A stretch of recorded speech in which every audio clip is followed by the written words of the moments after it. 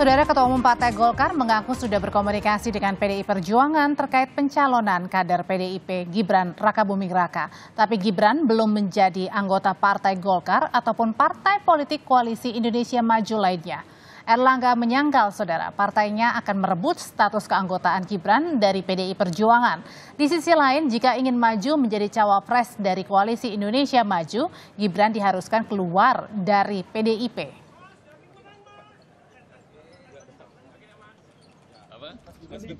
Gibran udah ke Golkar apa gimana Pak? Pencalonannya dari partai? Pencalonannya didukung oleh Koalisi Indonesia Maju. Akan dijadikan kader Golkar nggak Pak? Apa? KTA-nya udah. KTP sudah. Yang paling penting nanti pendaftaran tanggal 25. Ya. Komunikasi dengan PDIP gimana Pak? Komunikasi dengan PDIP lancar-lancar saja. Udah izin sama PDIP kalau misalkan Gibran jadi cawapres dari Indonesia. Komunikasi lancar. Ya, terima kasih. Nggak apa-apa direbut PSI ini Pak? Apa? Nggak apa-apa Mas Gibran direbut sama PSI? Tidak ada rebut-rebutan. Ada komunikasi ke Pak? Ya, masih. Ya, orang tua itu hanya tugasnya mendoakan kan. Tapi sudah Keputusan semuanya karena Bapak setuju nggak Pak? karena sudah dewasa ya. Jangan terlalu mencampuri urusan yang sudah diputuskan anak.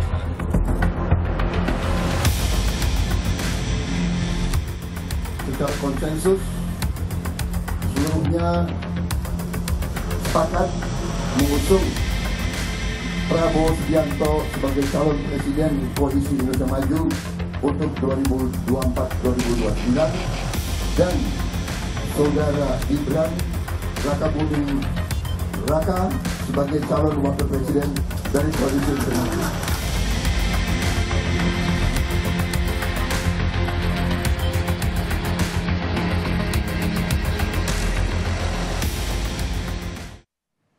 Baca Pres Prabowo Subianto saudara umumkan Gibran bacawa pres hanya berselang beberapa jam setelah Jokowi angkat bicara soal restu ke putra sulungnya. Benarkah Koalisi Indonesia Maju sudah benar-benar legowo terhadap putusan Prabowo Subianto?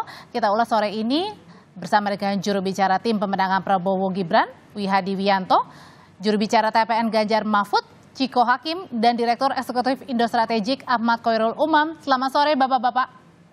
Selamat sore. Saya mau ke Partai Gerindra dulu, Pak Wihadi. Jadi kalau kemarin sudah didukung Mas Gibran sebagai pendamping Pak Prabowo, kalau gitu kapan, di mana untuk deklarasinya keduanya ini? Jadi kita yang sudah pasti tanggal 25 jam 10 pagi kita akan mendaftarkan kepada KPU. Ya, jadi kemarin Pak Prabowo waktu malam juga sudah menyatakan bahwa mendeklarasikan bahwa cawapresnya adalah Mas Gibran. Jadi itu sebenarnya sudah ada, sudah terlihat, sudah pasti, dan nanti tanggal 25 akan melakukan pendaftaran. Deklarasinya hari ini jadi? Deklarasi bisa hari ini, bisa juga besok. Ya kan, tapi saya kira deklarasi ini kan hanya formalitas yang mungkin perlu seremonial saja, tetapi menjadi rohnya daripada keputusan itu sudah ada dan itu tinggal mendaftar saja. Jadi saya kira kalau deklarasikan ini kita hanya bicara mengenai masalah bagaimana mengundang teman-teman semua bahwa kita mendeklarasikan. Berarti artinya keputusan semalam ini sudah firm ya, sudah bulat semuanya? Sudah semuanya. Kan di situ sudah ada ketua-ketua partai dan sekjen-sekjen partai pada semalam itu. Jadi saya kira keputusan itu ada keputusan yang semuanya setuju, dan saya kira rapat semalam pun juga rapat yang tersingkat, saya kira begitu. Kita langsung semua setuju, aklamasi, dan waktu itu makanya Pak Prabowo langsung melakukan. Tapi Pak Wihadi, ya, kalau kan yang kemarin ditunggu-tunggu bukan hanya putusannya ya, tapi kemana Mas Gibrannya kemarin pada saat tidak datang kemarin, hari ini juga bahkan berada di Solo. Ini apakah Mas Gibrannya sendiri sebenarnya sudah menerima nggak sih? Atau jangan-jangan bisa berubah ini bacawa presnya Pak Prabowo, bukan nama Gibran? Ya saya kira kalau kita lihat dari Mas Gibran kemarin datang ke Rapimnas Golkar, kemudian datang ketemu dengan Pak Zulkifli Hasan, ketemu dengan Mas Ahaye.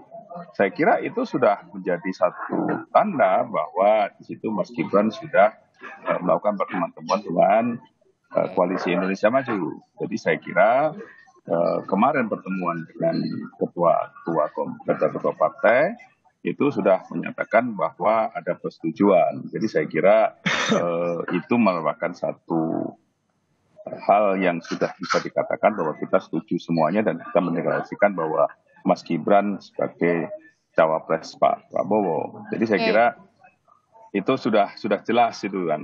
Sudah jelas ya, artinya tidak ada keraguan lagi. Kalau gitu Mas Ciko, sudah tidak ada keraguan lagi dari Koalisi Indonesia Maju. Nah kalau gitu gimana pertanyaannya status Gibran yang masih menjadi kader PDIP, jurkam juga buat Mas Ganjar dan juga Pak Mahfud? Sampai saat ini kan kami masih, pertama-tama saya ucapkan selamat dulu buat Pak Wihadi ya. Pak Wihadi dan teman-teman dari Koalisi Indonesia Maju udah mendeklarasikan atau sudah memutuskan untuk mencawapreskan Gibran mendampingi Pak Prabowo. Ya. Belum deklarasi nih Mas Ciko. Belum deklarasi. Ya, langsung daftar. Declare dalam artian belum resmi, kan tinggal pendaftaran. Nanti semoga lancar sampai pendaftaran. Tapi dengan terkait dengan hubungan PDI Perjuangan dengan Mas Gibran sendiri sampai hari ini setahu saya bahwa yang bersangkutan belum mengundurkan diri dan kami juga belum memberikan sikap apapun. Kami masih menunggu, ya kita tunggu aja lah bagaimana endingnya. Kalau berarti artinya sampai tercatat sampai dengan sekarang ini kita dialog ini masih tercatat sebagai kader PDI Perjuangan dan juru kampanye Ganjar Mahfud. Seharusnya begitu. Ya belum ada kabar lagi bahwa ada perubahan dari situ. Ini PDI Perjuangan sebenarnya tinggal nunggu apa? Tunggu Mas Gibrannya menyodorkan surat atau gimana? Kan dari seberang ini udah kelihatan ya. Kemarin Mas Gibran datang ke Rapimnas Partai Golkar, diusung juga oleh Koalisi Indonesia Maju, bacawa pres. Saya rasa 1-2 hari itu Pak Wihadi tahu lah, Mas Umam juga tahu pastinya 1-2 hari dalam politik itu bisa terasa setahun karena perubahan-perubahan bisa terjadi ya kan. Ya kita lihat aja, kita tunggu aja lah. Oke, jadi dari PDI Perjuangan sendiri sebenarnya masih menantikan ya 1-2 hari ke depan ini ya, karena berarti artinya belum firm ya putusannya, mungkin saja bagi PDIP. Ya kita masih menunggu. Oke. Karena kan kita memberikan ruang bagi yang bersangkutan untuk mengundurkan diri atau bagaimana. Karena gini, dari bakal capres Prabowo Subianto sendiri sebenarnya kan menjawab nih soal banyaknya persepsi dari masyarakat soal tudingan dinasti politik yang ditujukan pada Presiden Joko Widodo usai Gibran diusung jadi cawapres. Prabowo tegaskan, apa salahnya dinasti politik untuk berbakti pada rakyat? Sebelum dijawab Bapak-Bapak, kita simak dulu pernyataan dari Prabowo Subianto. Dinasti, saya anaknya Sumitro, cucunya Margono, Joyosumo. Saya paman saya gugur untuk Republik Indonesia. Kita dinasti merah putih, kita dinasti patriot, kita dinasti yang ingin mengabdi untuk rakyat. Kalau dinastinya Pak Jokowi ingin berbakti untuk rakyat, kenapa? Salahnya apa? Jadi berpikir yang baiklah, berpikir positif, ya. Mas Umam, kalau tadi dari PDI Perjuangan, kita tunggu aja nih 1-2 hari gitu kan, belum ada finalnya ke KPU gitu ya. Nah, kalau tadi mengaca pada pernyataan dari Pak Prabowo sendiri, sebenarnya kenapa harus menunggu 1-2 hari belum dideklarasikan dan didaftarkan saja kalau sudah firm? Apa masih ada pertimbangan dari terkait dengan dinasti politik itu sendiri? Respon masyarakatnya, Mas Umam. Ya, apa yang disampaikan oleh Pak Prabowo tadi tentu itu adalah sebuah argumen yang tentu genuin dari Pak Prabowo, meskipun juga tentu ada nuansa yang sifatnya defensif terkait dengan hantaman atau kritikan terkait narasi politik dinasti. Tetapi memang dalam konteks ini beberapa hal mencoba untuk dilakukan dalam proses finalisasi ini. Dan kalau misal kemarin ketidakhadiran dari Gibran misalnya dalam pendeklarasian namanya sebagai cawapres Prabowo, beliau kan beralasan untuk atau sedang melakukan rapat untuk membahas APBD. Ya. Tentu itu di atas kertas iya, tetapi kalau misal kita baca dalam konteks fenomena lagi politik, maka sebenarnya itu adalah sebuah langkah atau cara dari Gibran atau bahkan keluarga besar Jokowi untuk menghindari gejolak publik. Karena bagaimanapun juga pendeklarasian Gibran pasca putusan MK yang kontroversial, dan per hari ini MK sendiri sedang membuat MK atau Majelis Kehormatan Mahkamah Konstitusi untuk menyidik potensi atau dugaan konflik of interest di balik putusan MK kemarin. Maka salah satu alasan mengapa Gibran tidak hadir kemarin, salah satunya adalah untuk menghindari gejolak publik yang jauh lebih keras. Sehingga berarti lebih kepada responnya ya, bukan artinya Mas Gibrannya belum tentu maunya ya? Kalau soal mau atau tidak sudah diputuskan dengan sedemikian rupa, maka itu sudah disimulasikan dengan baik, sudah diperhitungkan secara matang apa titik untung ruginya, termasuk juga potensi-potensi risiko. Dan kalkulasi itu bukan hanya melibatkan Gibran, tetapi juga melibatkan keluarga besar Pak Jokowi dan Pak Jokowi itu sendiri. Nah, oleh karena itu tentu ini menjadi sebuah catatan kehati-hatian dari keluarga besar Joko Widodo untuk merespon supaya kemudian tidak menciptakan instabilitas politik yang justru kontraproduktif bagi narasi dan juga mesin politik pencapresan Pak Prabowo. Sementara di sisi yang lain, ketidakhadiran Gibran juga bisa dimaknai sebagai sebuah upaya untuk meredam gejolak, terutama terkait dengan respon PDIP. Betul, tadi secara legal formal per hari ini masih tercatat sebagai kader. Tetapi kita juga menunggu bagaimana kemudian reaksi dari PDIP. Kalau PDIP yang selama ini kita pandang sebagai sebuah partai yang sangat disiplin, menegakkan aturan, regulasi, konstitusi partai, kalau kita melihat apa yang dilakukan oleh Budiman Sujatmiko, kemudian Effendi Simbolon, termasuk beberapa waktu yang lalu ada Ketua DPD Maluku, respon dari DPP begitu cepat. Artinya tidak perlu kemudian menunggu surat pengunduran diri, maka di level itu basis konstitusi partai ada beberapa poin-poin di dalam aturan visi misi dalam konteks ini adalah ADART di internal PDIP, maka langkah tegas itu harusnya bisa dilakukan secara cepat. Maka ketidakhadiran kemarin salah satunya merespon atau meredam gejolak publik sekaligus untuk bermain aman di depan PDIP itu sendiri.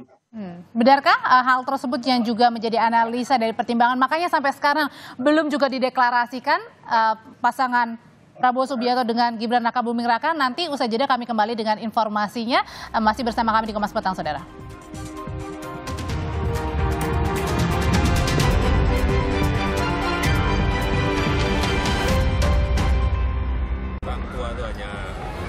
Tugasnya mendoakan dan tapi keputusan semuanya karena sudah dewasa ya. Jangan terlalu mencampuri urusan yang sudah diputuskan anak-anak.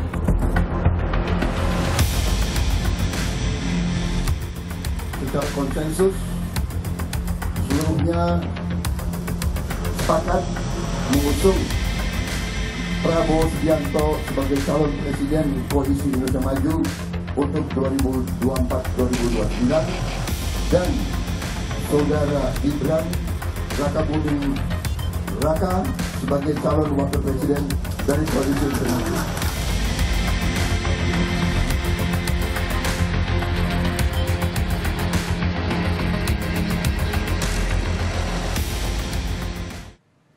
Dalam survei Litbang Kompas baru saja merilis soal langkah politik di Pilpres 2024.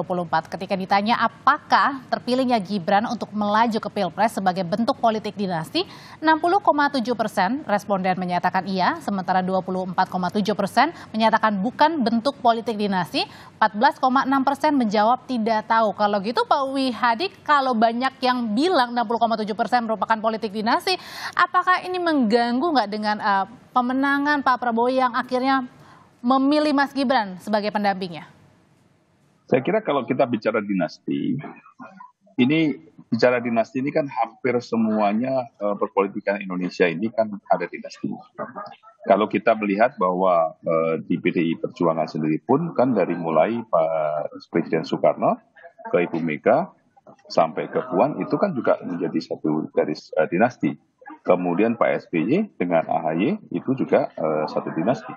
Nah kemudian juga kalau kita melihat Pak Prabowo sendiri juga sudah menyatakan bahwa Pak Prabowo sendiri pun dengan ayah Pak Prabowo adalah Pak Sumitro. Jadi saya kira kalau kita bicara mengenai masalah dinasti di Indonesia ini tidak ada suatu hal yang menjadi permasalahan harus dinasti. Kalau dinasti tidak boleh, kalau dinasti ini boleh, dinasti ini tidak boleh. Kan tidak seperti itu juga. Bahkan di Amerika pun kalau kita bicara Presiden Kennedy itu juga ada banyak yang presiden keluarga daripada Kennedy. Nah saya kira kita mesti harus melihat bahwa politik dinasti ini adalah sampai sejauh bahwa dinasti adalah untuk kebaikan bangsa dan negara, kenapa tidak? Karena ini kan suatu hal yang sebenarnya positif. Artinya kalau kita bicara di pepatah Jawa, bibit bobot bebek ada. Nah dari situ kan kita melihat bahwa dinasti ini ada sesuatu hal positif yang kita lihat bahwa bukan suatu hal yang negatif kalau kita bicara dinasti. Tapi Pak Widet, karena kalau dibilang oleh peneliti Litbang Kompas tadi dalam segmen sebelumnya, ini karena masyarakat maunya ada proses. Proses ini kan suatu proses. Ya kan kalau kita lihat suatu proses, tidak prosesnya itu kan Mas Gibran itu kan berproses juga, bukannya tidak proses. Kalau kita sekarang sebagai wali kota kan berarti kita selalu proses. Proses yang bagaimana? Kalau kita melihat proses itu kan tidak bisa mungkin terlalu cepat bahwa yang ya cepat atau lambat itu bukan sesuatu ukuran kalau seseorang berproses kan bisa aja kalau kita tidak ukurannya tidak seperti kita bicara mengenai masalah kita harus bicara akademisi yang harus sekolah SD 6 tahun, SMP 3 tahun, SMA 3 tahun kan tidak seperti itu. Perpolitikan ini kan perpolitikan yang kita belajar setiap hari dan saya kira perpolitikan ini bukan sesuatu hal yang harus ada cepat lambatnya kan bisa saja dalam 1 tahun langsung beradaptasi dan bisa juga menjadi satu hal yang bagus dalam hal ini. Dan saya kira tidak menjadi satu patokan cepat atau lambatnya itu. Saya akan tanyakan ke Mas Umam. Mas Umam, sebenarnya dengan politik dinasti tadi melihat dari surveinya Litbang Kompas yang 60,7 menyatakan iya ini adalah politik dinasti, ini akan mengganggu nggak dengan pencapresannya Pak Prabowo? Ya, diakui atau tidak, memang dari aspek fatsun politik atau etika politik dan juga prinsip-prinsip dasar demokrasi, apa yang terjadi dalam konteks pencapresan Gibran memang kemudian memunculkan sejumlah assessment kritis. Bagaimana kemudian aturan diatur atau diubah sedemikian rupa hanya untuk menciptakan pintu karpet merah dalam konteks ini atau pintu bagi masuknya Gibran di kontestasi Pilpres yang secara legal formal sebenarnya belum memungkinkan bagi dia untuk masuk di sana. Memang kalau misal kita bicara aturan bisa dinegosiasi, bisa diotak-atik. Meskipun hal itu sekali lagi memunculkan sejumlah pertanyaan tentang potensi konflik of interest. Kalau misal kemudian tendensi kehakiman sudah dimasuki oleh konflik of interest, maka kemudian di situ kemudian legitimasi independensi kehakiman menjadi hilang.